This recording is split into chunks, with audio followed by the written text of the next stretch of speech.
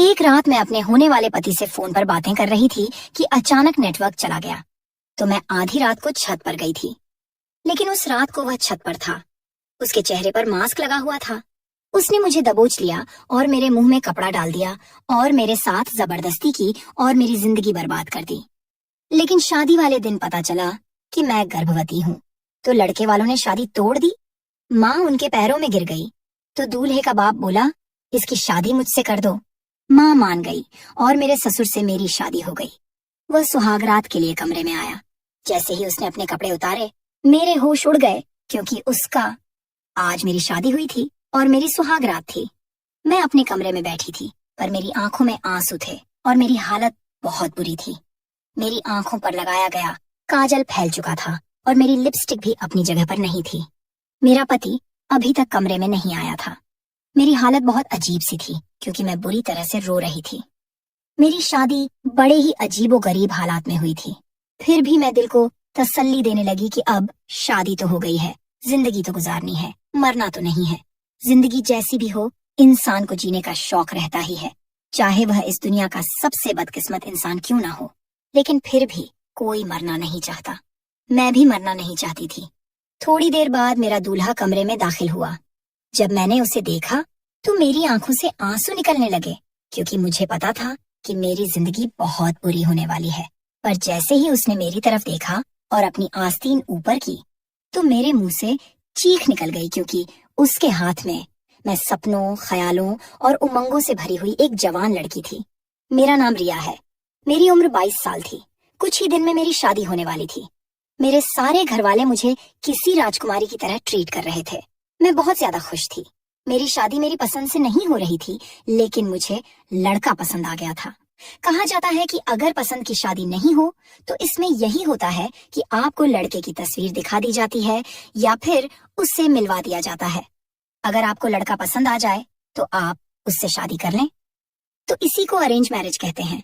मेरी तो घर वालों की पसंद की शादी हो रही थी, मोहब्बत की शादी नहीं। मोहब्बत की शादी वह होती है जिसमें दो लोग एक दूसरे से मोहब्बत करते हैं और उसके बाद शादी करने का इरादा करते हैं।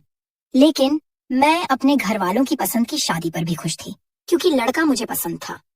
आजकल घर में बहुत रौनक लगी हुई थी। मेरे पिताजी तो जिंदा नहीं थे, लेकिन मेरी काफी सारी कजिन्स थीं। मेरी माँ ने ही मेरे लिए सब कुछ किया था। 2 महीने पहले ही मेरी कजिन्स ढोलक लेकर बैठ गई थीं और रोज ही घर में कोई न कोई हंगामा होता था। रौनक लगी हुई थी। जब लड़की की शादी होती है तो उससे इस बात की खुशी होती है कि मुझे नए नए कपड़े मिलेंगे। मेरी सारी सहेलियां मुझे किसी शहजादी की तरह प्यार करेंगी। मुझे उठकर कोई पानी भी नहीं पीने देगा। लेकिन यह नहीं पता होता कि आगे क्या होने वाला है, पूरी जिंदगी में उसके साथ क्या होना है। और यकीन मानिए, किसी के साथ भी ऐसा नहीं होता। किसी भी लड़की को कोई खबर नहीं होती कि उसकी शादी के बाद उसके साथ क्या होगा। लेकिन इसका मतलब यह नहीं कि आप इन दिनों को एंजॉय नहीं करें। 2-4 महीने, 7 महीने, अगर किसी की किस्मत अच्छी हो तो 1 साल। लेकिन मैं कहती हूँ कि इस वक्त को एंजॉय करना चाहिए। पर ना जाने आज मुझे मेरे पिताजी की याद आ गई। मेरी शादी में अब सिर्फ 1 महीना ही रह गया था। अगर वह यहाँ होते तो बहुत खुश होते। उनकी दुआओं की मुझे सख्त जरूरत थी। मैं अपने पिताजी से बहुत करीब थी। उन्हें इस दुनिया से गए 5 साल ही हुए थे। उनके साथ मेरी बहुत ही खूबसूरत और अच्छी यादें थीं। शादी की तैयारियां शुरू हो गई थीं और लाइट्स वगैरह भी लगने लगी थीं। मेरी माँ सब कुछ कर रही थीं। उन्होंने कहा कि वह मेरी बहुत अच्छे से शादी करवाएंगी ताकि मुझे हमेशा याद रहे। वैसे देखा जाए तो इन सारी सजावट का लड़की की जिंदगी पर कोई असर तो नहीं पड़ता, लेकिन फिर भी इंसान 2 पल की खुशी मना लेता है, क्योंकि खुशियां कोई आपको प्लेट में सजा कर नहीं देता। खुशियां तो चुरानी पड़ती हैं, वक्त से, जमाने से। इसलिए शायद रस्मो रिवाज बनाए गए हैं। मैं छत पर खड़ी थी। छत पर बहुत खामोशी थी। सर्दियों का मौसम आने वाला था। ठंडी ठंडी हवा चल रही थी। मैं सोचने लगी कि मेरी शादी सर्दियों में हो रही है। यह बहुत अच्छी बात है। मुझे भारी कपड़े पहनने में आसानी होगी और शायद मैं अपने पति के साथ हनीमून पर भी जाऊं। ठंडे इलाके में अपने पति के साथ जाना और समय बिताना हर लड़की का सपना होता है। मेरे लिए भी यह मेरा सपना था। खैर, मैंने अपने आप को संभाला और आंखें बंद कर लीं, जब अचानक से किसी ने मेरे मुंह पर हाथ रखकर मुझे खींच लिया। उसकी जकड़ बहुत मजबूत थी। वह मेरा कोई अपना नहीं था। उसने मेरे साथ बहुत बड़ा जुल्म कर दिया। मेरे साथ ज्यादती कर दी। मुझे याद है कि मैंने एक चिड़िया देखी थी। मुझे एक चिड़िया नजर आई थी, लेकिन रात के वक्त चिड़ियाओं कैसे? बस मेरी आंखों के सामने कोई चिड़िया थी, काले रंग की, या शायद वह उस चिड़िया का निशान था। मुझे और कुछ भी याद नहीं था, क्योंकि जब मुझे नीचे उतारा गया मैं बेहोश हो चुकी थी। शायद सब लोग मुझे ढूंढते रहे, तलाश करते रहे, और 2-4 घंटे बाद मैं उनको मिली। छत पर बहुत अंधेरा था। घर को रोशनी से सजा दिया गया था। छत के ऊपर कोई लाइट नहीं लगाई गई थी। छत के ऊपर लाइट का कोई काम ही नहीं था। छत के ऊपर दीवारें भी थीं। दीवारें इतनी ऊंची थीं कि अगर कोई बैठा भी हो तो नजर नहीं आता। इसलिए घर वालों को मेरी तलाश करने में बहुत परेशानी हो रही थी, क्योंकि उस आदमी ने मेरे साथ जबरदस्ती करके मुझे कोने में एक लाश की तरह रख दिया था। कुछ लोग मुझे ढूंढते हुए छत पर भी आए थे, लेकिन मैं उनको नजर नहीं आई। जब सुबह की रोशनी फैलने लगी तो मैं उनको नजर आई और मुझे अस्पताल ले जाया गया। मेरी हालत बहुत बुरी थी। यह बात सिर्फ मेरी माँ और करीबी रिश्तेदारों को ही पता थी। उनको यह नहीं पता था कि मेरे साथ क्या हुआ। मैंने बताया भी नहीं। मैं डर गई थी। मैंने कहा कि मुझे चक्कर आ गया था और मैं बेहोश हो गई थी। मेरी माँ ने कहा, हाँ, जब सारी सारी रात बैठकर तुम लोग गाने गाओगे, मेहंदी लगाओगे, आराम नहीं करोगे, तो फिर यही सब कुछ होगा ना। पूरा दिन, पूरी रात इंसान जागेगा तो ऐसा ही होगा। आज से ऐसा कुछ नहीं होगा। मेरी तो जान ही निकल गई थी। तुम्हें पता है, मैंने तुम्हें कहाँ कहाँ नहीं ढूंढा। मेरी तो पूरी दुनिया ही अंधेरी हो गई थी। मुझे लगा पता नहीं तुम कहाँ चली गई, कहीं तुम्हें कुछ हो तो नहीं गया। मैंने कहा, माँ, आपको परेशान होने की जरूरत नहीं है, अब मैं बिल्कुल ठीक हूँ। तभी माँ कहने लगी, चलो, जो हुआ सो हुआ। आज के बाद तुम अपने आप पर थोड़ा ध्यान दो। शादी के अब ज्यादा दिन नहीं बचे हैं। इतना जागोगी तो चेहरे से रौनक खत्म हो जाएगी। दुल्हन के चेहरे पर रौनक नहीं होगी तो प्यारी कैसे लगोगी। मेरी माँ ने कहा कि अब तुम्हें सिर्फ आराम करना है। मैंने हाँ में सिर हिलाया। हम लोग अस्पताल से घर आ गए। धीरे धीरे वक्त गुजरता गया। मुझ पर जो बीता था वह मैंने किसी को नहीं बताया। मैं अपने होठों को खामोश कर चुकी थी। मैंने उस दर्द को अपने सीने में दबा लिया था और किसी को भी कुछ नहीं बताया। और शादी का दिन भी करीब आ गया। अब शादी के बस 3 दिन ही बचे थे। इन 3 दिनों तक मेरा बहुत ख्याल रखा गया। मेरी उदासी को यही सोचा गया कि शायद मैं अपने पिताजी को याद कर रही हूँ। इस घर से और सबसे दूर जाने वाली हूँ, इसलिए मैं परेशान हूँ। लेकिन मैं ही जानती थी कि मेरे साथ क्या हुआ था।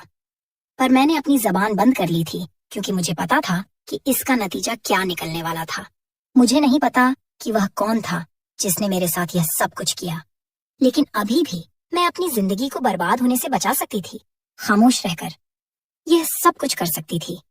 मुझ पर क्या गुजर रही थी सिर्फ मैं ही जानती थी, लेकिन किसी को कुछ बता नहीं सकती थी। कभी कभी आंखों में आंसू आ जाते थे। मैं बेकाबू हो जाती तो बस यही बोल देती कि पिताजी की याद आ रही है, आप लोगों से दूर जाने के दुख में परेशान हूँ। बाकी घर में इतनी रौनक लगी हुई थी कि ज्यादा किसी का मुझ पर ध्यान नहीं गया। और मैंने भी अपने ऊपर कंट्रोल करने की बहुत कोशिश की। और आखिर मेरे शादी का दिन आ गया। बस आज का यह दिन गुजर जाता तो मेरी जिंदगी में सब कुछ ठीक हो जाता। वक्त का यही इलाज था कि वक्त गुजर जाता।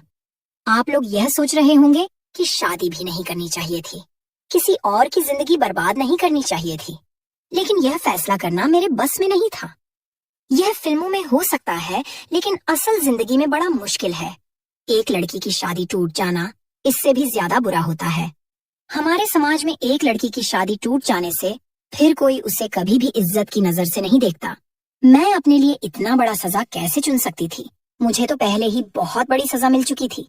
अब मैं दूसरी सजा अपने लिए नहीं चुन सकती थी।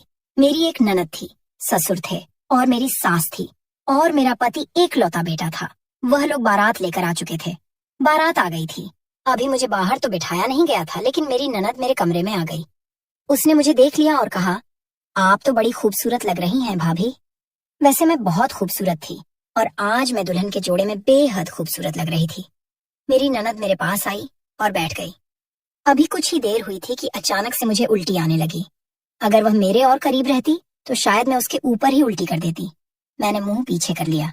उसने कहा, भाभी, क्या हो गया है आपको? मैंने कहा, वह दरअसल डाइटिंग कर रही हूँ ना, तो मेरे पेट की हालत अजीब सी हो गई है और टेंशन से भी ये सब कुछ हो रहा है। उसने कहा, परेशान होने की क्या जरूरत है? आज तो आपकी शादी है, आपको खुश होना चाहिए। मैंने अपने आप को संभाल लिया, पर थोड़ी देर बाद फिर से मुझे उल्टी आने लगी। मेरी ननद ने मुझे अजीब नजरों से देखा और कहा, मैं 1 मिनट में आती हूँ। इतना कहकर वह वहां से चली गई। मेरी माँ को यह बात पता चल गई कि मुझे उल्टियां हो रही हैं। मेरी माँ कहने लगी, क्या उल्टा सीधा खा लिया है तूने? तेरी ननद ने भी तुझे ऐसे करते हुए देख लिया। तुझे नहीं पता बेटा, लोग उल्टी सीधी बातें करते हैं कि दुल्हन उल्टियां कर रही है। मैंने कहा, क्यों, किसी को उल्टी नहीं आ सकती? मेरी माँ ने कहा, जवान लड़कियों को ऐसे शादी वाले दिन थोड़ी ना उल्टी आती है। तुझे यह नहीं पता कि जवान लड़की की उल्टी आने से उसे किस बात से जोड़ा जाता है? इतनी भी तो बेवकूफ नहीं है, ये तो तुझे पता है। मैंने कहा, माँ, यह सब कुछ ड्रामों में होता है। मैंने कहा कि मैंने अपनी ननद को कह दिया था कि मैं डाइटिंग कर रही हूँ, इसलिए मेरे साथ ऐसा हो रहा है। मेरी माँ ने कहा, तो तुमने डाइटिंग की है और यह भी तुमने मुझे नहीं बताया, इसलिए तेरे साथ ऐसा हो रहा है। शादी होने वाली है फिर भी उल्टी सीधी हरकतें करती रहती हो। क्या जरूरत है तुझे डाइटिंग करने की? एक तो मैं बहुत परेशान थी, ऊपर से मेरी माँ मुझे 4 बातें सुनाने लगी। मैंने कहा, माँ बस कीजिए, अब मुझे बिल्कुल भी अच्छा नहीं लग रहा है, इसीलिए आप मुझे ज्यादा कुछ मत कहिए। मैंने माँ से ज्यादा बहस करना नहीं चाहा क्योंकि मैं भी इंसान हूँ, मेरी जुबान भी फिसल सकती थी। मैंने बड़ी मुश्किल से सब कुछ छुपा लिया और मुझे स्टेज पर बिठा दिया गया। लेकिन मैं स्टेज पर थोड़ी देर ही बैठी थी कि मेरी आंखों के आगे अंधेरा छाने लगा और मैं बेहोश हो गई। मुझे होश नहीं आ रहा था। मुझे बाद में पता चला कि जब मुझे होश नहीं आ रहा था तो मेरी ननद ने सबके सामने कहना शुरू कर दिया, पहले भाभी उल्टियां कर रही थी, अब भाभी बेहोश हो गई है। आखिर ये मामला क्या है? ससुराल वाले तो ऐसे ही होते हैं, वो आपके लिए कभी अच्छे नहीं होते। आप उनको सीधी बात बताओ तो उनको उल्टा सुनाई देता है। और यहाँ पर तो मैं खुद फंस गई थी। पहले मुझे उल्टियां आ रही थी, उसके बाद मुझे चक्कर आ गए। तो उन्हें शक तो होना ही था कि लगता है बात कुछ और है। आखिर कब तक मैं इस बात को छुपा सकती थी? मैं तो बड़ी परेशान हो गई, लेकिन मरती क्या ना करती। अभी तो मुझे सबकी नजरों का सामना करना था, सबके सवालों के जवाब देने थे। पता नहीं वे मेरे बारे में क्या समझेंगे। सब कहने लगे, अरे कोई डॉक्टर को बुलाओ, आखिर दुल्हन को क्या हो गया है। शादी में ही एक शख्स आया हुआ था जो डॉक्टर था। उसने मेरा चेकअप किया तो वह हैरान रह गया। तब तक मुझे होश आ चुका था। जब उसने यह खबर सुनाई, उसने कहा कि मैं माँ बनने वाली हूँ। यह बात सबके लिए ही बहुत अजीब थी। मेरी माँ ने कहा, मैं तेरा मुंह नोच लूंगी, तूने ये बात भी कैसे कर दी? मेरी बेटी की शादी है और तू इसके बारे में कैसी बातें कर रहा है? ऐसा कुछ नहीं है, मेरी बेटी का किसी के साथ कोई ताल्लुक नहीं है। मेरी सास ने सबके सामने कहना शुरू कर दिया, ताल्लुक नहीं है तो फिर यह गर्भवती कैसे हो गई? डॉक्टर ने खुद कहा है। मेरी माँ कहने लगी, देखिए ऐसा मत कहिए, मेरी बेटी कभी कोई गलत काम नहीं कर सकती। वह तो आज तक किसी लड़के से बात तक नहीं की है। मेरी माँ डॉक्टर से कहने लगी, ऐसा तुम क्यों कह रहे हो? कह दो ये झूठ है, बहुत बड़ा तमाशा बनेगा। डॉक्टर ने कहा, कोई बात नहीं, हो सकता है मैं गलत भी हूँ, अभी टेस्ट करवा लेते हैं। यहाँ पर एक लेबोरेटरी वाले को मैं जानता हूँ, वह आधे घंटे में टेस्ट की रिपोर्ट भी दे देगा। मैंने कहा, मैं बिल्कुल टेस्ट नहीं करवाऊंगी। मेरी माँ ने कहा, तू क्यों टेस्ट नहीं करवाना चाहती है? सबके सामने मेरी इज्जत की नीलामी मत कर, चुपचाप जो कहते हैं वह कर ले। मुझे पता था कि मैं ही मुश्किल में थी। उन्होंने मुझसे टेस्ट करवा लिया। आधे घंटे में उसने व्हाट्सएप पर वही रिपोर्ट अपने फोन पर ऑन करके सबके सामने दिखा दी। उसने कहा, यह लड़की माँ बनने वाली है, इसमें कोई झूठ नहीं है। अब तो रिपोर्ट भी सामने आ गई है। मेरी माँ ने मेरी तरफ ऐसे देखा जैसे वह मुझे जानती ही नहीं और जैसे मैं उनकी बेटी ही नहीं हूँ। सारे लोग बातें बनाने लगे। मेरी ननद भी उल्टी सीधी बातें करने लगी। मेरी सास तो कहने लगी, भगवान का शुक्र है इस लड़की से मेरे बेटे की शादी नहीं हुई। मैं अपने सिर झुकाए सबकी बातें सुन रही थी। मेरे पास कोई जवाब नहीं था। मेरी सास ने मेरी माँ को बहुत बातें सुनाई। आप तो बड़ा कह रही थी कि मेरी बेटी बहुत शरीफ है, शराफत के दम भर रही थी। देखिए आपकी बेटी ने क्या किया।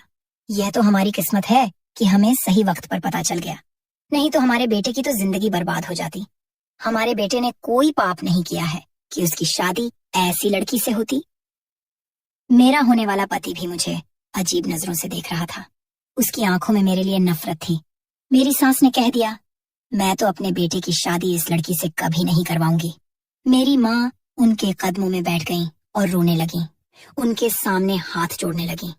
मैंने अपनी माँ को ऐसे करते हुए देखा तो मेरा दिल फटकर रह गया। लेकिन मैं क्या कर सकती थी? क्या यह मेरी गलती थी कि मेरे साथ यह सब कुछ हुआ था? लेकिन यहाँ पर ऐसा ही होता है। अगर एक लड़की के हालात सबके सामने इस तरह आए तो लोग लड़की को ही गलत ठहराते हैं। उसे ही बदचलन कहा जाता है। यही तो करती है दुनिया एक औरत के साथ। मैं भी अपने आप को यही कह रही थी कि मेरी कोई गलती नहीं है, इसमें मेरी क्या गलती है। मेरे साथ तो एक हादसा हुआ था, लेकिन मैं किसी भी तरह कुछ भी साबित नहीं कर सकती थी। मैं बुरी तरह से रो रही थी। मेरी माँ उनके कदमों में बैठी थी। मेरी माँ ने उन लोगों से कहा, ऐसा मत कीजिए, आप यहाँ से चले गए तो मेरी बेटी से कोई शादी नहीं करेगा।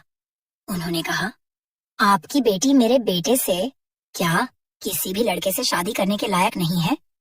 आप यह चाहते हैं कि हम इस बदनामी की टोकरी को अपने साथ ले जाएं ताकि हम भी जलील होते फिरें?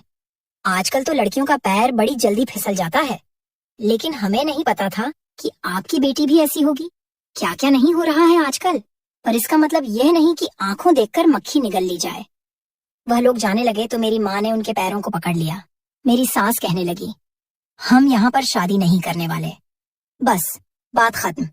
लेकिन आगे मेरे ससुर ने जो बात कही उसे सुनकर वहां पर जितने भी लोग थे वह सब के सब हैरान हो गए।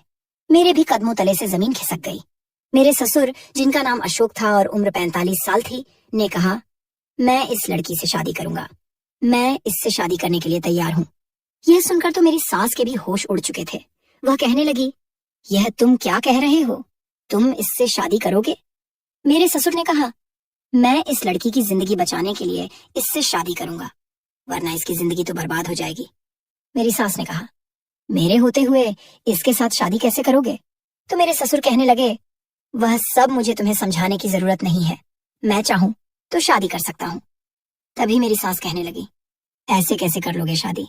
अगर तुमने शादी के लिए एक कदम भी आगे बढ़ाया तो मुझसे बुरा कोई नहीं होगा, मैं तुम पर केस कर दूंगी।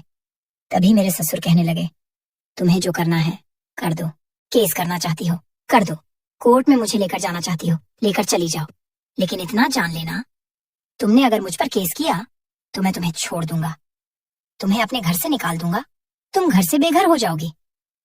मेरे ससुर की ऐसी बातें सुनकर मेरी सास खामोश हो गई। मेरा जो होने वाला पति था वह अपने बाप पर चिल्लाने लगा। तभी मेरा ससुर कहने लगा, खामोश हो जाओ, तुम एक लफ्ज भी नहीं बोलोगे। अगर तुम में हिम्मत है तो फिर कर लो इस लड़की से शादी। वह अपनी नजरें झुकाकर माँ के पीछे हो गया। तभी मेरे ससुर ने कहा, अगर मुझसे किसी ने भी इस बारे में अब बात करने की कोशिश की तो मुझसे बुरा कोई नहीं होगा। मेरे ससुर की उम्र मुझसे कहीं ज्यादा थी, लेकिन वह कोई खराब आदमी नहीं थे। उनकी उम्र लगभग 45 साल थी। दिखने में हट्टे कट्टे थे। उन्हें देखकर कोई नहीं कह सकता था कि उनके 2 जवान बेटा बेटी भी हैं। मेरी सास भी ज्यादा उम्र की नहीं थी। खैर, मेरे ससुर से शादी करने के लिए तैयार हो गए, मेरा हाथ थामने के लिए तैयार हो गए। मेरी माँ ने उन्हें ऐसे देखा जैसे वह मेरी माँ के लिए मसीहा हो। मेरी सास की हालत अजीब सी हो गई।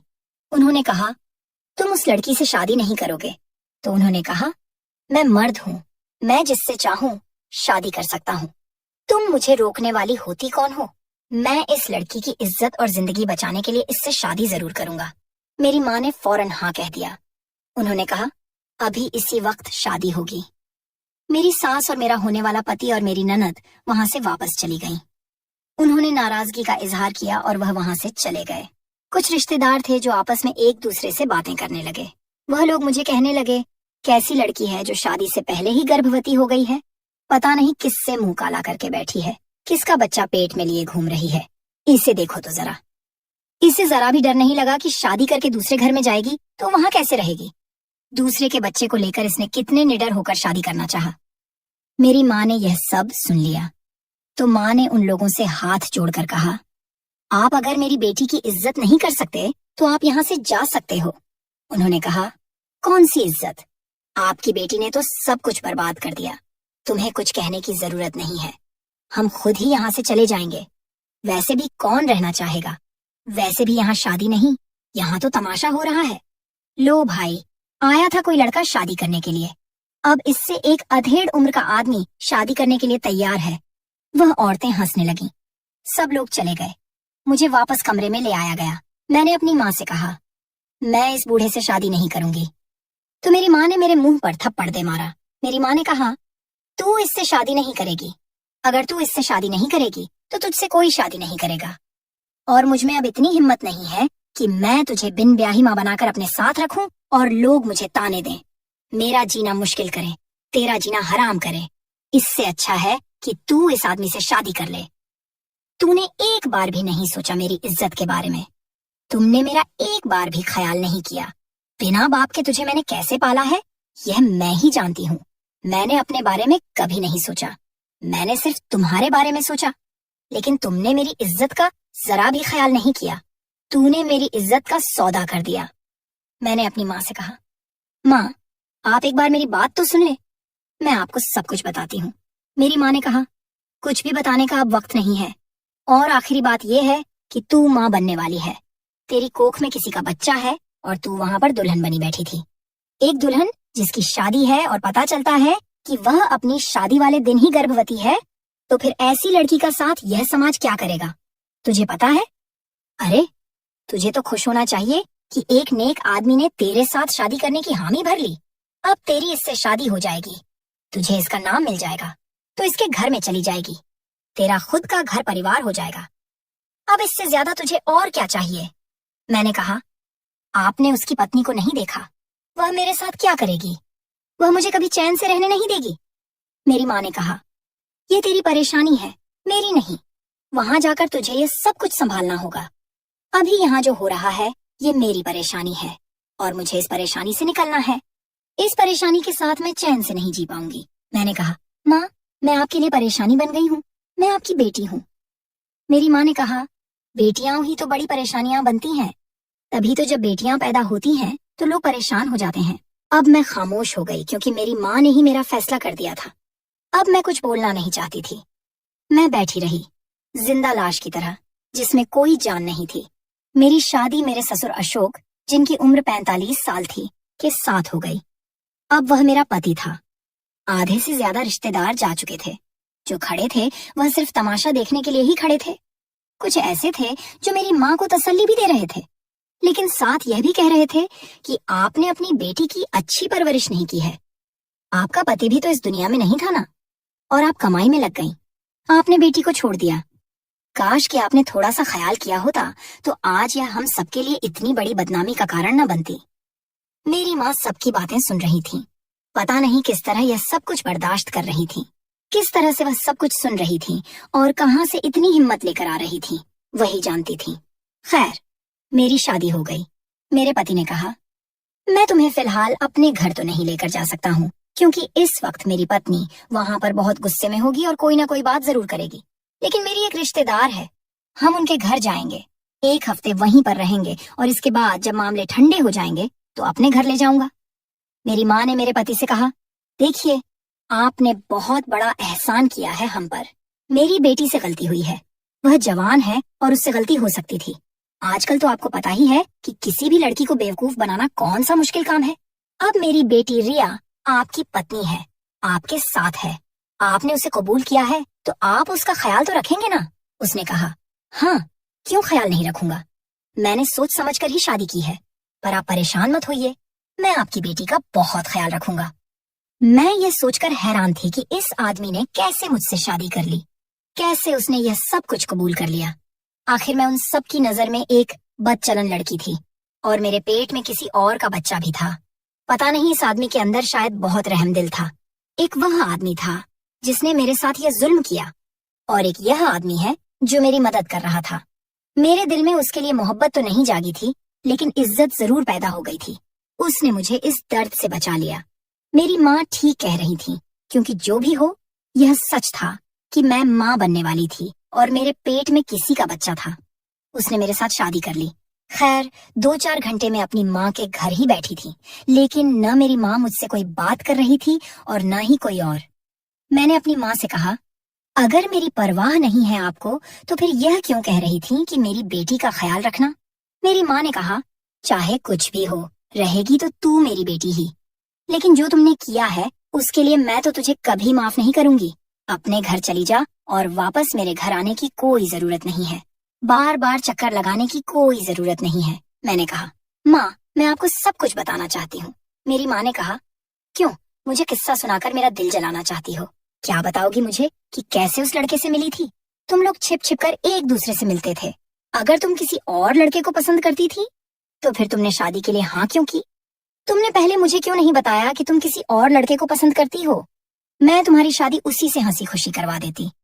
तुम्हें इतना तमाशा करने की क्या जरूरत थी? तुमने खुद का तमाशा तो बनाया ही, मेरी परवरिश का भी तमाशा बना दिया। तुम्हारा बाप भी इस दुनिया में नहीं है। वह भी अगर जिंदा होता तो तुम्हारी पसंद को जरूर समझता। तुमने ये कैसे समझ लिया कि तुम्हारी माँ नहीं समझेगी?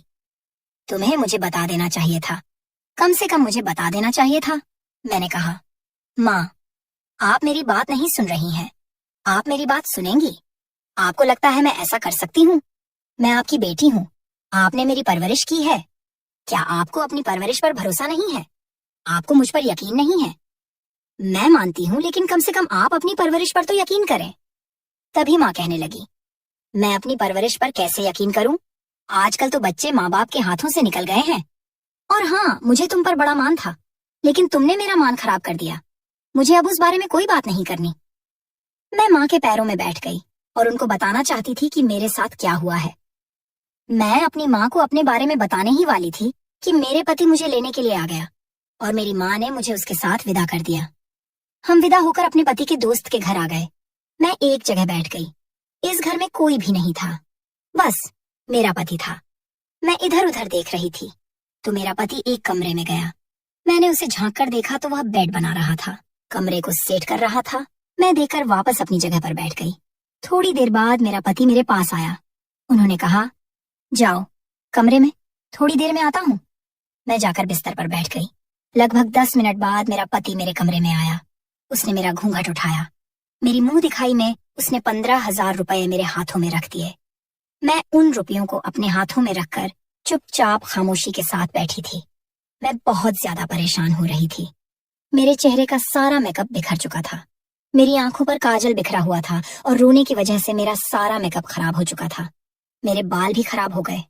मैं उजड़ी हुई दुल्हन लग रही थी, और शायद मैं यही तो थी, एक उजड़ी हुई दुल्हन। वह आदमी मेरे करीब आया।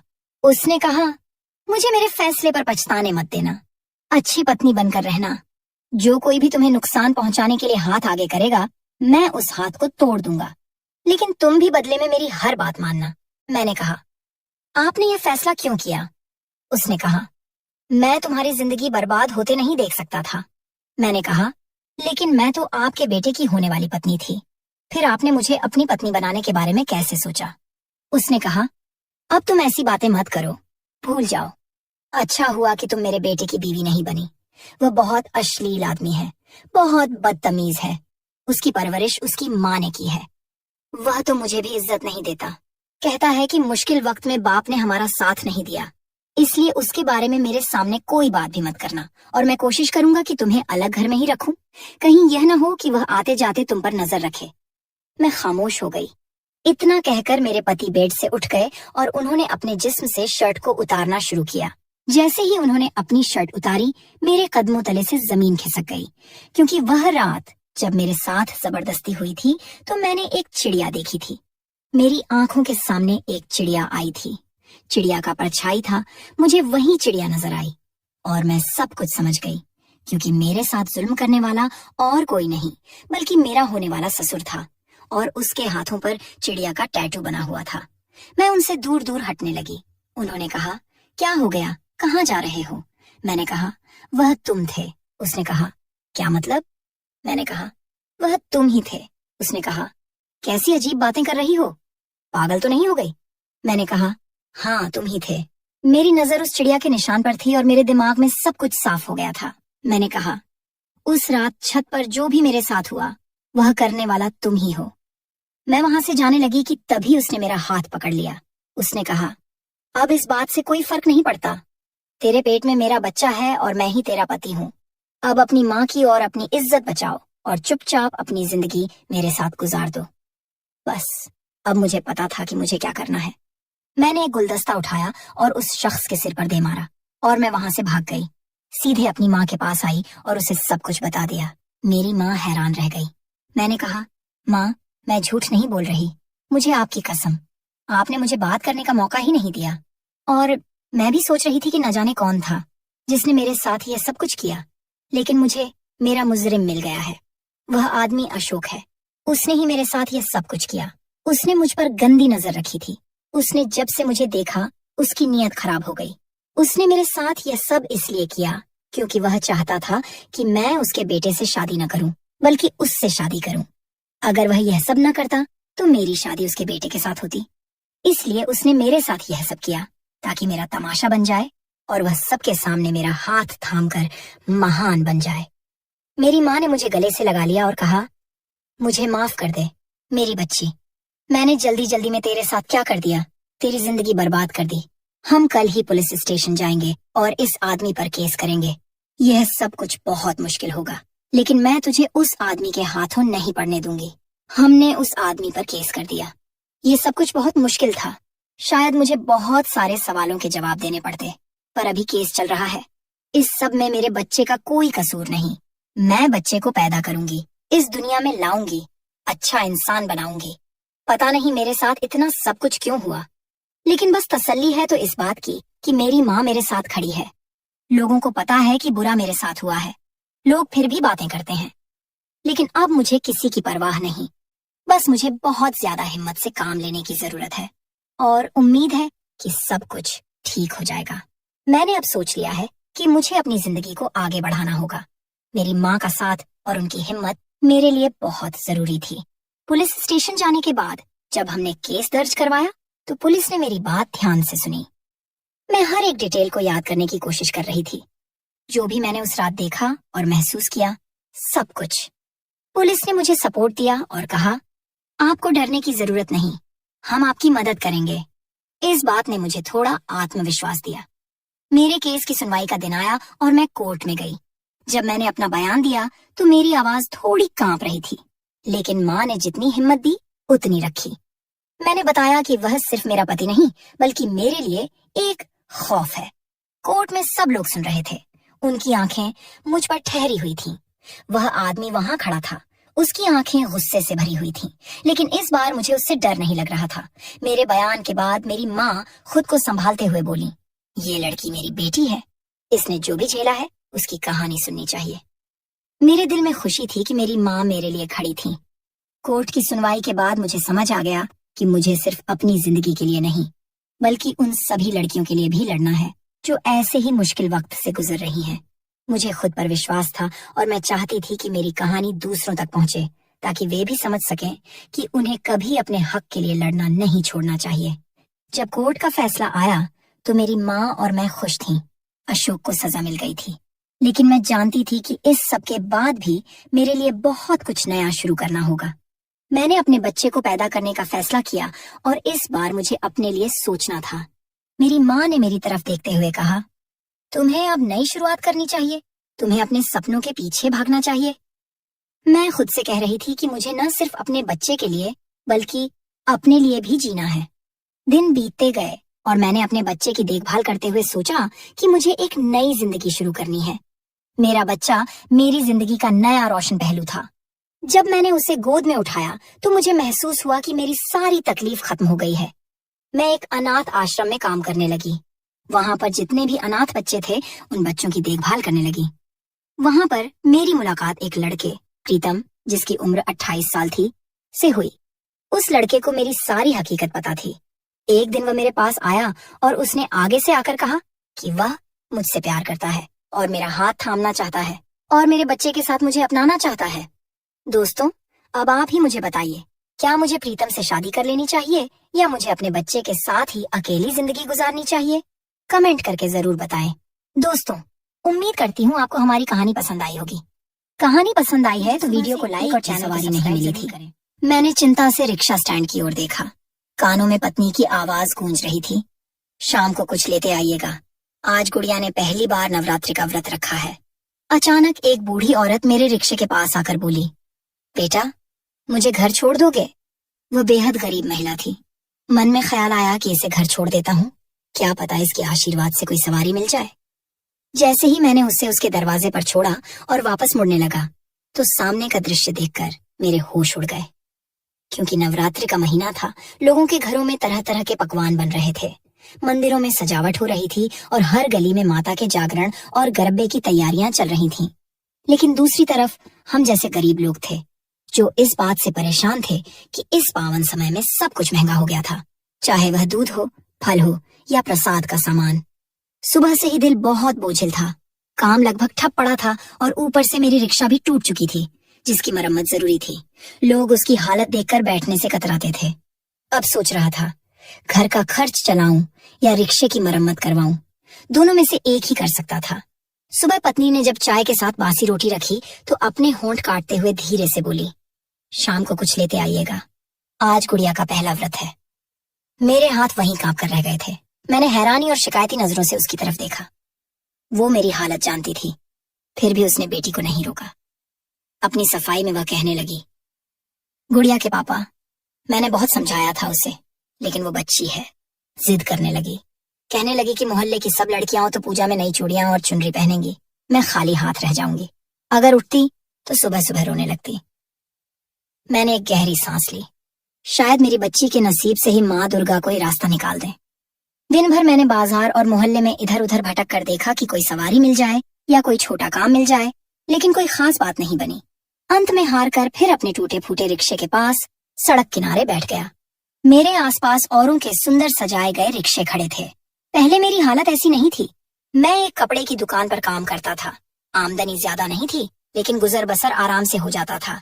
लेकिन जब 2008 से 9 का आर्थिक संकट आया, दुकान बंद हो गई और मैं बेरोजगार हो गया। धीरे धीरे घर का सारा सामान बिक गया। पत्नी ने चुपचाप सब सहा, न कभी शिकायत की, न किसी के आगे हाथ फैलाया। ऊपर वाले ने हमें एक ही संतान दी थी, मेरी गुड़िया, जो अब 8 साल की हो चुकी थी। जब हालात नहीं सुधरे, आर्थिक संकट खत्म हुआ, तो पत्नी ने अपनी शादी का गहना मेरे हाथ में रख दिया और कहा, रमेश, इसे बेचकर एक रिक्शा ले लो, कम से कम घर की रोटी दाल तो चलेगी। मैंने आभार भरी नजरों से पत्नी की ओर देखा और गहने लेकर बाजार चला गया। जितनी रकम मिली उससे नया रिक्शा तो नहीं, लेकिन एक काम चलाऊ पुराना रिक्शा जरूर ले पाया। पिछले 1.5 साल से लगातार रिक्शा चला रहा हूँ, लेकिन खर्च पूरे नहीं हो पाते। बेटी को प्राइवेट स्कूल से निकालकर सरकारी स्कूल में दाखिल करवा दिया है। आज मौसम भी काफी गर्म था। मैं सिर पकड़कर अपनी सीट पर बैठा ही था कि बगल वाले रिक्शा ड्राइवर की तीखी आवाज सुनाई दी, जा माई, वक्त खराब मत कर, धंधे का टाइम है। जब पैसे नहीं होते तो रिक्शा वालों से पूछने की क्या जरूरत है, पैदल क्यों नहीं चली जाती। उसने और भी कुछ कड़वी बातें कही, लेकिन मेरा दिल उदास हो गया। हालांकि राजू को तो सुबह से ही 12 सवारियां मिल चुकी थीं। तभी मेरी पुरानी गाड़ी के पास एक बूढ़ी औरत आई और बोली, बेटा, जरा मुझे घर तक छोड़ दोगे? मैंने गौर से उस औरत को देखा। शायद भीख मांगकर घर लौट रही थी। पैरों में टूटी चप्पल थी, हाथ में एक फटा हुआ थैला, कपड़े जगह जगह से हाथ से सिले हुए और चेहरे पर परेशानियों की गहरी लकीरें थीं। मैं एक पल को अपनी माँ की याद में खो गया। पिछले साल उनका निधन हो गया था। मेरी माँ भी ऐसी ही कमजोर और दुखी सी दिखती थी। मेरी पत्नी उनका पूरा ध्यान रखती थी। कपड़े भले पुराने होते लेकिन साफ होते। मैं भी माँ की सेवा करने की पूरी कोशिश करता था, लेकिन वह मेरी आर्थिक स्थिति देखकर अक्सर चिंता में डूबी रहती थी। मैंने तुरंत फैसला किया कि इस बूढ़ी महिला को उसके घर छोड़ आता हूँ। वैसे भी सवारी तो कोई नहीं मिल रही थी। क्या पता इसी गरीब के आशीर्वाद से ऊपर वाला मुझे कुछ रोजी दे दे। मैं तुरंत रिक्शा से उतरा, उन्हें सहारा देकर बैठाया और उनके बताए पते की ओर चल पड़ा। वह शहर से दूर एक वीरान बस्ती में रहती थी, जहाँ ज्यादातर लोग उसी तरह की गरीबी में जी रहे थे। मैंने उस बूढ़ी माँ को उनके दरवाजे पर उतारा। वह सिर पर हाथ रखकर मुझे खूब आशीर्वाद देने लगी। मैंने मुस्कुराकर धन्यवाद कहा और मुड़ने ही वाला था कि उन्होंने अपने कांपते हाथों से मेरा बाजू पकड़ लिया। मैं सवारियों की तलाश में नजरों से इधर उधर देख रहा था। तभी उस बुजुर्ग औरत ने अपने पुराने थैले में हाथ डालकर मेरी ओर अच्छे खासे पैसे बढ़ा दिए। मैं हैरानी से उस बूढ़ी औरत को देख रहा था। मैंने मना करने के लिए सिर हिलाना चाहा तो वह मुस्कुराकर मेरे सिर पर हाथ रखकर बोली, बेटा, मैं जानती हूँ कि तू भी परेशान है। संध्या का समय होने वाला है। थोड़ी देर में माता की आरती शुरू हो जाएगी। लगता है तू भी व्रत में है। ऐसा कर, अपने घर चला जा और अपनी पत्नी बच्चों के साथ मिलकर माता की पूजा कर ले। वैसे भी मैं तो अकेली हूँ। जितना माँ दुर्गा ने मुझे दे दिया है उतना मेरे लिए बहुत है। कल क्या होगा यह माता रानी जानती है। मेरी प्रार्थना है कि माँ तेरे जीवन में सुख, शांति और समृद्धि भर दे। मेरी आंखों में आंसू आ गए थे। जिसे सब भिखारी समझ रहे थे। उसका दिल इतना बड़ा था कि वह अपनी मेहनत की कमाई से मुझे पैसे दे रही थी। एक पल को मेरे दिल में ख्याल आया, यह तो दान में मिले पैसे थे। क्या मैं इनसे अपनी पत्नी और बेटी के लिए व्रत का फलाहार लाऊं? लेकिन अगले ही पल मेरी आंखों के सामने अपनी बेटी का चेहरा घूम गया, जो इस उम्मीद में व्रत रखे बैठी थी कि उसका पिता आज उसके लिए कुछ अच्छा लेकर आएगा। मैंने वह पैसे ले लिए और उस बूढ़ी औरत को दिल से धन्यवाद कहा। फिर जल्दी से बाजार पहुंचा, कुछ फल, थोड़ा सा दूध और मिठाई ली और घर पहुंच गया। पत्नी ने सामान देखा तो बहुत खुश हो गई और फटाफट आरती की तैयारी में लग गई। मेरी बेटी खुशी से उछल रही थी। शाम की आरती का समय हो गया था। मैं हाथ मुंह धोकर मंदिर की ओर चल पड़ा। मंदिर में पूजा करके कुछ देर एक खंभे से टिक कर बैठ गया। तभी मोहल्ले के शर्मा जी कुछ लोगों के साथ बातें करते दिखे। वो बड़े गर्व से बता रहे थे कि नवरात्रि में उन्होंने वैष्णो देवी में भंडारा करवाया है और आज मोहल्ले के मंदिर में भी उनके खर्च से प्रसाद वितरण हो रहा है। मैंने दुख और अफसोस के साथ उनकी ओर देखा और सोचा, काश शर्मा जी को इस बात का एहसास होता कि इसी मोहल्ले में कई ऐसे गरीब और जरूरतमंद लोग रहते हैं जो असल में इस भंडारे के हकदार हैं। काश वो दिखावे की जगह ऐसे घरों में चुपचाप राशन पहुंचवा देते तो ज्यादा पुण्य मिलता। मैं चुपचाप वहां से उठकर घर लौट आया। आरती की घंटियां बजने लगीं और हम तीनों ने मिलकर पूजा की। मैंने और मेरी पत्नी ने अपनी बेटी को अपने हाथों से फलाहार करवाया। फिर मैंने जेब से 100 रुपए निकाले और बेटी को दिए और कहा, बेटा, यह तुम्हारा 100 रुपए का दान है, इनाम है। मेरी मासूम सी बेटी इतने से ही बहुत खुश हो गई थी। फिर वह और मेरी पत्नी स्नान करके मंदिर जाने लगी संध्या आरती के लिए। मैं भी पूजा के बाद फिर मंदिर पहुंचा।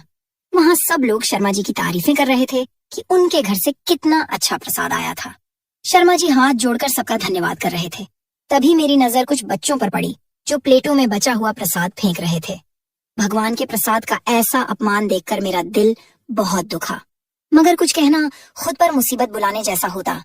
मेरे लिए तो वह बूढ़ी औरत किसी देवी से कम नहीं थी जिसने उस दिन मेरी मदद की थी। कुछ दिन यूं ही बीत गए। एक रोज जब मैं सवारी छोड़ने जा रहा था, तभी सामने से आती एक तेज रफ्तार गाड़ी ने मेरे रिक्शे को बुरी तरह टक्कर मार दी। सवारी को तो मामूली चोटें आई, लेकिन मेरी दोनों टांगें बुरी तरह कुचल गई थीं। लोगों ने मुझे अस्पताल पहुंचाया। कुछ लोगों ने वहीं मेरी मदद भी की। मुझे अपने से ज्यादा अपने पुराने रिक्शे की फिक्र हो रही थी, जो मेरे घर का सहारा था। किसी ने मेरी पत्नी को भी सूचना दे दी। वह रोती बिलखती अस्पताल पहुंची। मेरी हालत देख वह टूट गई थी। ऑपरेशन होना था, लेकिन हमारे पास कुछ भी नहीं था। पत्नी ने रिश्तेदारों से मदद मांगनी शुरू की, लेकिन नवरात्रि और दिवाली का बहाना देकर सभी ने मना कर दिया। अस्पताल वालों ने किसी दानी भक्त की मदद से मेरा ऑपरेशन तो करवा दिया, लेकिन सही देखभाल और पोषण की कमी से मेरी टांगों में संक्रमण फैल गया। दवाइयां इतनी महंगी थीं कि हम उन्हें खरीद ही नहीं सकते थे। कुछ दिन बाद अस्पताल ने हमें यह कहकर छुट्टी दे दी कि अब घर पर ही देखभाल करनी होगी। अब मैं बिस्तर पर पड़ा हुआ था। मेरी बेटी गुड़िया यह सब देखकर डर सी गई थी। मेरी पत्नी सीता मोहल्ले की औरतों से मदद मांगती, राशन की सरकारी कतारों में लगती, लेकिन कहीं से कोई मदद नहीं मिलती। वह सीधी सादी औरत थी, दुनिया की चालाकियां नहीं जानती थी। कई बार लोग बहाने से मदद के नाम पर उसका मजाक बना देते या अपमानित कर देते और वह रोती हुई लौट आती। मैं दिन रात भगवान से प्रार्थना करता रहता कि इस दुखद परीक्षा से मुक्ति मिले। मोहल्ले के मंदिर के पुजारी जी को हमारे हालात का पता था। वे नवरात्रि में माँ दुर्गा की पूजा के बाद बचा हुआ भोग और प्रसाद हमारे लिए भिजवा देते थे।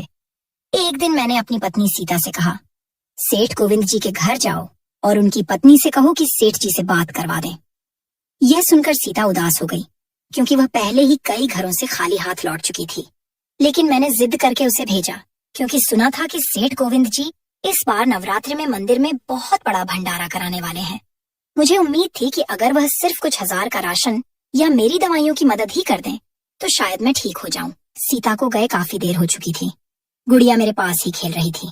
अचानक दरवाजा खुला और सीता जिस हालत में घर में दाखिल हुई, उसे देखकर मेरा कलेजा कांप उठा। उसकी चाल में साफ लड़खड़ाहट थी। उसके बिखरे बाल और कुचला हुआ लिबास उसकी चादर के भीतर से साफ नजर आ रहा था।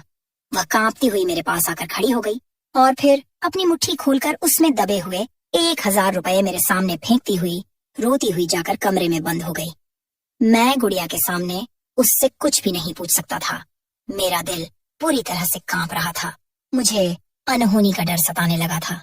मैंने तुरंत गुड़िया से कहा, बेटा तुम थोड़ी देर बगल वाली आंटी के घर चली जाओ, उनकी पोती के साथ खेल लेना। वह भी कई दिनों से घर में बंद होकर बोर हो चुकी थी, इसलिए अनुमति मिलते ही वह शकुंतला चाची के घर चली गई। मुझे हमेशा सीता ही सहारा देकर बिस्तर से उठाती थी, लेकिन उस समय मैंने बहुत हिम्मत करके खुद को खींचते हुए बिस्तर से नीचे उतारा और अपने नाकाम शरीर को दरवाजे तक घसीट कर ले गया। मैं दरवाजे को जोर जोर से पीटते हुए सीता को पुकारने लगा, लेकिन अंदर से सिर्फ उसकी सिसकियों की आवाज आ रही थी। मैं रोते हुए विनती करने लगा, सीता तुम्हें खुदा का वास्ता है, तुम्हारी बेटी की कसम है, दरवाजा खोल दो, मुझे बता दो क्या हुआ है, मेरा दिल गम से फट जाएगा। कुछ देर सन्नाटा रहा, फिर अचानक दरवाजा खुला। जैसे ही मैं कमरे में दाखिल हुआ, उसकी फटी हुई कमीज का दामन, गर्दन पर निशान और जख्मी कलाई मेरे सामने थी। वो नवरात्र के दिनों उन दरिंदों के घर गई थी। अब मुझे कुछ बताने की जरूरत नहीं थी, मैं सब कुछ समझ चुका था। वो जमीन पर गिरकर बुरी तरह रोने लगी। मैंने उसे गले से लगाया तो वो हिचकियां लेते हुए बताने लगी, सेठ जी के घर की औरतें कहीं बाहर गई हुई थीं। नौकर ने मुझे यह नहीं बताया। जब मैंने जाकर सेठ जी से मिलने की इच्छा जताई तो उन्होंने मुझे ड्राइंग रूम में बैठा दिया और खुद चुपचाप चले गए। थोड़ी देर बाद सेठ जी आए। जब मैंने उनसे मदद की गुहार की तो उन्होंने नौकर से कहा, दरवाजा बाहर से बंद कर दो, और मुझसे कहने लगे कि वह मेरी मदद करेंगे जितनी मैं चाहूं। इतना कहकर सीता फूट फूट कर रोने लगी। मुझे लग रहा था जैसे मेरे शरीर से प्राण निकल चुके हों। वह कहती रही, मैंने भागने की बहुत कोशिश की, लेकिन दरवाजा बंद था। खुदा की कसम, इसमें मेरी कोई रजामंदी नहीं थी। अगर जरा भी अंदाजा होता तो मैं दरवाजे से ही लौट जाती। मैंने अपनी जिंदगी के 10 साल अपनी बीवी के साथ बिताए थे। मैं जानता था कि वह ऐसा कुछ कभी नहीं कर सकती, लेकिन मैं गरीब था। अगर कुछ कहता तो कोई भी मेरी बात पर विश्वास नहीं करता और उल्टा मेरी बीवी की इज्जत तमाशा बन जाती। काश मैंने सीता को सेठ जी के घर न भेजा होता। काश उस हादसे में मैं खुद ही मर गया होता। मैं बेबसी और पछतावे में फूट फूट कर रोने लगा। थोड़ी देर बाद गुड़िया भी घर लौट आई। अपने माता पिता को यूं रोते देखकर वह घबरा गई और जोर जोर से रोने लगी। हमारी चीख पुकार सुनकर पास में रहने वाली शकुंतला चाची हमारे घर आ गईं। उन्होंने सीता की हालत देखी तो दुख से उनका दिल बैठ गया। मैं सिर झुकाए बैठा था। उन्होंने मेरे सिर पर हाथ रखते हुए कहा, रमेश बेटा, तुम्हारी हालत देखकर बहुत दुख हुआ। कहो तो मोहल्ले की औरतों को बुलाऊं और उस सेठ को सबक सिखाते हैं जो हर साल तीर्थ यात्रा करता है, मंदिरों में दान देता है, लेकिन दूसरों की बहू बेटियों की इज्जत का बिल्कुल ख्याल नहीं करता। ये सुनकर सीता ने हाथ जोड़ दिए और रोते हुए बोली, चाची आपको मेरी कसम, ऐसा मत करना, नहीं तो ये लोग हमें मोहल्ले से निकाल देंगे। मेरी एक ही बेटी है, कल को उसके रिश्ते पर उंगली उठेगी। मैं भूख, बीमारी, गरीबी सब सह लूंगी, लेकिन बदनामी नहीं। अगर और कोई रास्ता नहीं बचा तो हम तीनों जिंदगी खत्म कर देंगे। सीता की बात सुनकर चाची सहम गईं और कुछ देर हमारे पास बैठकर दिलासा देती रहीं, फिर लौट गईं। शाम को जब उनका बेटा काम से लौटा तो वह उसके साथ कुछ आटा, चावल, दाल, तेल लेकर आईं। उन्होंने सीता को बहुत हिम्मत दी और कहा, बेटी तुम टूटी नहीं हो, हालात टूटे हैं, यह भी एक दिन बदलेंगे। रात भर हमारी आंखों में नींद नहीं थी। सीता रोते रोते उठकर पूजा की तैयारी करने लगी थी। अब वह सुबह की आरती से पहले रसोई में चूल्हा जला रही थी। गुड़िया सो रही थी और मैं चुपचाप एक मूर्ति की तरह बिस्तर पर बैठा था। सीता मेरे लिए चाय बना लाई, मेरे पास आकर बैठ गई और बोली, रमेश ये चाय पी लो, तुम्हारी खामोशी मेरी जान ले लेगी, कुछ तो बोलो। मैंने उदासी से अपनी पत्नी की तरफ देखा जिसने मेरी वजह से अपनी इज्जत गंवा दी थी। मैं कैसा बेबस इंसान था जिसके होते हुए भी वो महफूज नहीं थी। मैंने उसके हाथ पर हाथ रखकर उसे तसल्ली दी, सीता मैं तुम्हारे लिए कुछ भी गलत नहीं सोच रहा। मैं अपनी हालत पर शर्मिंदा हूँ और काश कि मैं तुम्हें उनके घर न भेजता। हम दोनों कुछ देर तक चुपचाप बैठे रहे। थोड़ी ही देर में मंदिर से घंटियों की आवाज गूंजी और आरती शुरू हो गई। मैंने मन ही मन एक फैसला कर लिया था कि अब मुझे क्या करना है। अगली सुबह मैंने अपनी बेटी गुड़िया को शकुंतला चाची के पास छोड़ दिया और उनसे कहा, मैं इलाज के लिए अस्पताल जा रहा हूँ, वहाँ लंबी लाइन लगती है, शायद देर रात तक लौटूं। उन्होंने खुशी खुशी मेरी बेटी को रख लिया। सीता बिल्कुल चुप थी। मैं घर से निकला और सीता की मदद से रिक्शे में बैठ गया। हमारी मंजिल थी उस इलाके का एक बड़ा चौराहा, जहाँ कई लोग सड़क किनारे बैठकर भीख मांगते हैं। जब हम वहां पहुंचे और उतरे तो सीता मुझे हैरानी से देखने लगी और फिर एकदम चुप हो गई। मेरी हालत सबके सामने साफ थी, बिगड़ती तबीयत, जख्म और पुरानी पट्टी से रिश्ता खून। हम दोनों पति पत्नी सिर झुकाए कुछ देर वहीं बैठे रहे। राहगीरों ने हमारे सामने बिछे रूमाल पर पैसे डालना शुरू कर दिया। सीता शर्मिंदगी से मानो जमीन में गड़ जाना चाहती थी। मैंने खुद अपने हाथ फैला दिए थे। हम दोनों की जुबान अब भी खामोश थी। यूं ही बैठे बैठे शाम हो गई थी। हमें उम्मीद से ज्यादा भीख मिल गई थी। किसी भी साफ सुथरे और इज्जतदार इंसान के लिए यह पल बहुत बुरा होता है, जब उसे किसी के सामने हाथ फैलाना पड़ता है, लेकिन यह हमारी मजबूरी थी। कल तक सूखी रोटी खाने वाले आज हादसे के बाद भिखारी बन गए थे, पर यह कम से कम किसी दरिंदे के हाथों अपनी इज्जत खोने से लाख गुना बेहतर था। हम लोग चुपचाप अपने मोहल्ले लौट आए। शकुंतला चाची हमारे इंतजार में ही थी। सीता गुड़िया को अपने साथ ले आई थी। काफी समय बाद हमारे पास इतने पैसे थे कि हम पेट भर खाना खा सके और थोड़ा बहुत बच भी गया। यही सिलसिला पूरे नवरात्रि चलता रहा। कभी हम गुड़िया को शकुंतला चाची के पास छोड़ते और कभी उसे साथ ले जाते। मैं जानता था कि इससे मेरी बेटी के मन पर बुरा असर पड़ेगा, लेकिन सीता ने उसे समझा दिया था कि वह इस बारे में किसी से कुछ न कहे। एक दिन हम तीनों, मैं, सीता और गुड़िया, फुटपाथ पर बैठे थे। तभी हमारे सामने एक कार आकर रुकी। उसमें से जो शख्स उतरा उसे देखकर मेरी पेशानी पर बल पड़ गए, क्योंकि वह सेठ गोविंद का बड़ा बेटा था। वह शायद वहां किसी काम से आया था। उतरते ही उसने अपने मोबाइल से मेरी और सीता की तस्वीरें लेना शुरू कर दी। वहां मौजूद लोगों ने उसे रोकने की कोशिश की तो वह बहस करने लगा और बोला, यह आदमी हमारे मोहल्ले का है। मोहल्ले के लोग इसकी बहुत मदद करते हैं। मेरे पिताजी ने खुद इसकी बीवी के इलाज के लिए पैसे दिए थे, लेकिन यह आदमी जानबूझकर यहाँ बैठकर भीख मांगता है ताकि भीख को धंधा बना सके। उसकी बातें सुनकर कुछ लोग हमें बुरा भला कहने लगे और कुछ उसे रोकने की कोशिश करने लगे।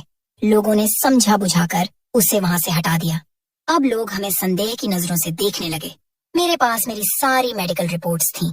मैंने वहां खड़े लोगों से कह दिया, मैं शौक से भीख नहीं मांग रहा हूँ। मोहल्ले वालों ने अगर कभी हमारी मदद की भी होती तो बदले में मेरी पत्नी और बेटी के साथ उनका व्यवहार बेहद खराब होता। अगर मैंने अपने ऑपरेशन के लिए पैसे जमा नहीं किए तो मेरी दोनों टांगें काटे जाने का खतरा है। मैं चाहकर भी वहां मौजूद लोगों को यह नहीं बता सका कि जो व्यक्ति हमारी बेइज्जती करके चला गया है, उसके पिता ने मेरी पत्नी के साथ क्या क्या बुरा व्यवहार किया था। इसी बीच वहां एक गाड़ी आकर रुकी। उसमें से एक नौजवान महिला उतरी। वह वहां जमा लोगों से कहने लगी, क्या तमाशा बना रखा है आपने एक गरीब की मजबूरी का, हटिए यहाँ से। उस महिला की बात सुनकर वहां से सभी लोग चले गए। वह महिला सीता से कहने लगी, मुझे यहाँ आपकी मदद करने के लिए किसी ने भेजा है, आइए मेरे साथ चलिए। उसकी यह बात सुनकर मैं और मेरी पत्नी एक दूसरे की ओर हैरानी से देखने लगे और फिर हम उसके साथ चल पड़े। उसकी गाड़ी एक बहुत बड़े बंगले के सामने जाकर रुकी। हम तीनों हैरान परेशान उस आलीशान बंगले को देख रहे थे। जब हम भीतर पहुंचे तो वहां एक बूढ़ी औरत बैठी हुई थी, जिसे देखकर मैं जैसे स्तब्ध रह गया। यह तो वही बेहद गरीब महिला थी जो उस रोज भीख मांगने के बाद मेरे रिक्शे में बैठकर अपने घर गई थी और जिसने मुझे काफी पैसे भी दिए थे और कहा था कि कुछ ही दिन में तुम्हारी जिंदगी बदल जाएगी। वह बूढ़ी औरत मेरी ओर मुस्कुराते हुए उठकर आई और मेरे सिर पर हाथ रखकर उस महिला से बोली, नेहा बेटी, यही है वह नौजवान जिसने उस दिन मुझे घर पहुंचाया था। उस महिला जिसका नाम नेहा था ने हमारा तहे दिल से धन्यवाद किया और जो बात हमें बताई उसे सुनकर तो मेरे पैरों तले जमीन ही खिसक गई। असल में वह बूढ़ी औरत कोई भिखारिन नहीं थी, बल्कि उसके सौतेले बेटे ने उसके पति की मृत्यु के बाद उसे हर चीज से बेदखल कर घर से निकाल दिया था। इसी कारण वह किसी चौराहे पर भीख मांगने लगी थी और फिर अपने पुराने मकान में जाकर रहती थी। नेहा उस वृद्धा की सगी बेटी थी जो शादी के बाद अपने पति के साथ अमेरिका चली गई थी। जिस दिन मैंने उस बूढ़ी माँ को उनके घर छोड़ा था, ठीक अगले ही दिन नेहा अपनी माँ को खोजते खोजते उनके पुराने मकान तक पहुंची और उन्हें अपने साथ अपने बड़े से बंगले में ले गई। उस वृद्धा ने नेहा को बताया कि एक दिन उसकी तबीयत बहुत बिगड़ गई थी और वह घर लौटने के लिए ऑन्टो या कोई साधन ढूंढ रही थी, लेकिन कोई भी उसे ले जाने को तैयार नहीं था। तभी मैंने उसे अपने रिक्शे में बैठाकर उसके घर छोड़ा था। उसका इरादा था कि वह अगले दिन मुझे ढूंढकर अपने जीवन भर की जमा पूंजी में से कुछ धन दे दे। लेकिन वह 2 दिन तक बिस्तर से उठ ही नहीं सकी। जब वह तीसरे दिन मंदिर के पास वाले चौराहे पर पहुंची तो वहां उसे पता चला कि रमेश का बुरी तरह एक्सीडेंट हो गया है और अब वह अपाहिज होकर अपने घर पर बिस्तर पकड़ चुका है। यह सुनकर माँ बेटी दोनों मुझे ढूंढने लगी, लेकिन तब तक मेरी हालत इतनी खराब हो चुकी थी कि मुझे मजबूरी में मंदिर के बाहर भीख मांगनी पड़ी। वहीं स्थानीय सेठ गोविंद के बेटे ने मेरी और मेरी पत्नी की तस्वीरें सोशल मीडिया पर डाल दी थीं और यह भी लिखा था कि यह आदमी जानबूझकर अपना भेष बदलकर लोगों की भावनाओं का फायदा उठाकर भीख मांग रहा है। ऐसे ठगों से सावधान रहें और इन जैसे फर्जी लोगों की मदद करके असली जरूरतमंदों का हक न छीनें। यह खबर देखते ही देखते पूरे सोशल मीडिया पर फैल गई थी। जब नेहा ने मेरी तस्वीर अपनी माँ को दिखाई तो वह बूढ़ी औरत तुरंत मुझे पहचान गई और अपनी बेटी से कहा, यही है वह शख्स जिसने उस दिन मेरी मदद की थी। और इसी तरह नेहा हमें ढूंढती हुई उस चौराहे पर आ पहुंची थी। मैंने कभी अपने काम में भी नहीं सोचा था कि एक बूढ़ी औरत की थोड़ी सी मदद करने का इतना बड़ा इनाम हमें मिलेगा। नेहा एक सामाजिक कार्यकर्ता थी और एक बहुत बड़ी संस्था चलाती थी, जिससे वह सैकड़ों जरूरतमंद परिवारों की देखभाल कर रही थी। यह सब वह अपने दिवंगत पिता की सीख को पूरा करने के लिए कर रही थी। नेहा ने मेरा बेहतरीन इलाज करवाया और 2 महीने बाद ही मैं अपने पैरों पर खड़ा हो गया था। मैंने अच्छे दिनों में मैट्रिक तक की पढ़ाई की हुई थी। जैसे ही मेरी तबीयत ठीक हुई, नेहा ने मुझे अपनी संस्था में ही एक सामाजिक कार्यकर्ता के रूप में रख लिया। मेरी पत्नी ने भी नेहा के घर में नौकरी कर ली थी और वह अब उस बुजुर्ग माँ का ख्याल रखती थी, जिनका नाम सरस्वती था। जब भी मैं नेहा के साथ किसी जरूरतमंद व्यक्ति को ढूंढने और उसकी मदद करने जाता हूँ, तो मुझे भीतर से एक आत्मिक खुशी होती है, जिसे मैं शब्दों में नहीं बयां कर सकता। अगर वे लोग जिन्हें भगवान ने दौलत दी है जरूरतमंदों का ध्यान रखना शुरू कर दें, तो न कोई भूखा सोएगा और न ही कोई गरीब और मजबूर इंसान अपनी लाचारी में आत्महत्या करेगा। बुरा समय एक ऐसी परीक्षा होती है जो अच्छे अच्छों को भी झुका देती है। इसी तरह 5 साल बीत गए। मेरी बेटी अब 12 साल की हो चुकी थी और एक बेहतरीन स्कूल में पढ़ाई कर रही थी। एक दिन हमें सूचना मिली कि कुछ नालायक औलादों ने एक बुजुर्ग को कचरे के ढेर पर फेंक कर भाग गए हैं। स्थानीय लोगों ने हमारी संस्था का नंबर ढूंढकर हमें बुलाया। मैं अपने 2 साथियों के साथ एम्बुलेंस में उस जगह पहुंचा। जब हमने कचरे के ढेर में लिपटे उस बीमार और बेहोश बुजुर्ग को सीधा किया, तो मैं अंदर तक कांप गया। वो और कोई नहीं बल्कि हमारे मोहल्ले का वही अत्याचारी इंसान सेठ गोविंद था, जिसे सब सेठ जी कहकर बुलाया करते थे। ईश्वर के न्याय की तराजू ने अपना फैसला सुना दिया था। मुझ पर, मेरी पत्नी पर और न जाने कितने बेबस लोगों पर जुल्म करने का नतीजा सेठ गोविंद को इसी धरती पर मिल चुका था। मेरी आंखों में आंसू आ गए। मैं तो एक गरीब और लाचार इंसान था, बदला नहीं ले सका, लेकिन भगवान की अदालत में इंसाफ हो चुका था। यह कहानी यह भी सिखाती है कि कभी भी किसी की मदद करने से पीछे न हटो, क्योंकि छोटी सी मदद भी कभी बहुत बड़ा फल बनकर लौट सकती है। और जो लोग दूसरों पर जुल्म करते हैं, उन्हें ईश्वर की अदालत में जरूर न्याय मिलता है, भले ही देर से। तो दोस्तों, यह थी आज की कहानी। इस कहानी के बारे में आपकी क्या राय थी, ये कमेंट बॉक्स में जरूर बताइए। अगर आपको कहानी पसंद आई हो तो वीडियो को लाइक करें और चैनल को सब्सक्राइब करें और बेल आइकन पर क्लिक करके इसे ऑल पर सेट करें, ताकि आपको नए वीडियो की सूचना तुरंत मिल जाएगी। धन्यवाद।